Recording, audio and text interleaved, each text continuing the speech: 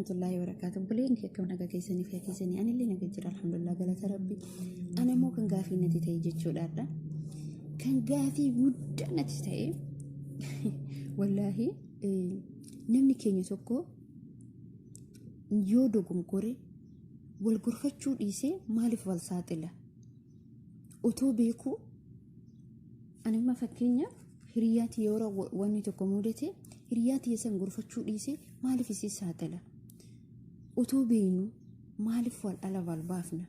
Kun sirrii miti jechuudha. Wal haa gurfannu, wal haa jabeeffannu, wal saaxilleef, walitti kolfineef, wal dura dhaabbanneef wanni nuuf maaltu jira? Boru mudannoo fakkeenyaaf hadha si mudate kun borsis mudachuu danda'a. Mudannoo hadha hiriyaa kee mudate si mudachuu danda'a. Buleen kiyya bakka jirtanitti yoo dogongortan wal gurfadha, walis saaxilina. Yoo rakkoo kamuu yoo kan ta'u ta'e fakkeenya wal gurfachuun dirqama keenya jechuudha. Rakkoon akkanaa kun borsis mudachuu danda'a, nas mudachuu danda'a. Kanaaf jechuudha wal bira oduu dhaabbannee hedduu natti tola. Wal oduu gurfannee hedduu natti tola. Maaliif wal saaxillee ila bara akkana sun akkana jennee gaafa kana hir'ina guddaatu nutti dhufa, rakkina guddaatu nutti dhufa. Ni kufna mootu jechuudha. Gadi buuna. Maaliif yoo har'a ani ishee saaxilee deebi'ee mootu isheenis san saaxilti. Kuni maaliif ta'a? Uummanni saba biraa bari akka balleessatti akka waa dalaganitti hedduutu jiraachuu danda'a. Garuu waliif dhoofatu, waliif irra darbu, wal gurfatu, kararratti wal deeffatu jechuudha. Namoonni keenya mootu jechuudha. Wal tufirraa kan ka'e wal saaxila, wal baasa kala. Maaliif akkas ta'ee? Maaliif akkana ta'a? Wal haa gurfannu, wal haa jajjabeeffannu. Namoonni tokko mootuyyuu hin jiraa miti akkas maal jedhamu dhugaawwan akkasii ta'uun qabu. Kani wal tuffachuu dhiifnee wal bira odoo dhaabbanne namoonni tokko hin jiraa miti ani bifa akkanaa ani akkasii ana kuni ta'uun qabu. Ilmi namaa tokko ji'a 9 dhalate.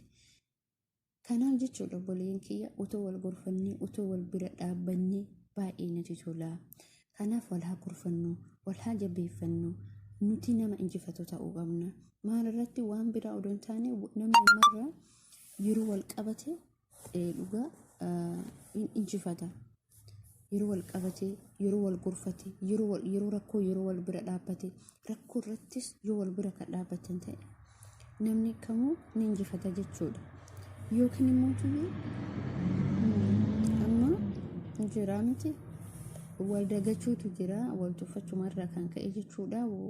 Kanuma kana wal qabate waan akkasiiti. Kanaaf jechuudha haaluma kanaan obboleeyyan kiyya injifachuu qabna, wal gurfachuu fi wal jajjabeeffachuu qabna isiniin jedha. Asirratti waan dubbachuu barbaade ijoolleen keenya baay'inaan jechuudha. Keessattuu ijoolleen Oromoo baay'inaan wal saaxiltu. Wanni akkasii maaliif ta'a? Nama kamuu yoo ta'e nama sanirratti yoo rakkoo argitu ta'e rakkoo qabaata ta'e namicha san daftee gorsuu qabda. Hanga dandeettiin nama san bira dhaabbachuu qabda. Akkasuma ammallee rakkina yoo kan qabaatu ta'e nama san rakkoo keessaa baasuuf tattaafachuu qabda. Maaliif namni suni rakkoo keessa jira yeroo saniif rakkatee yoo jiraate rakkoo kana keessaa baasuuf tattaafadhu. Wal haa gurfannu, wal haa jabeeffannu, wal haa qabannu obboleeyyan keenya. Asumarratti dhaaba nagaan naa tura.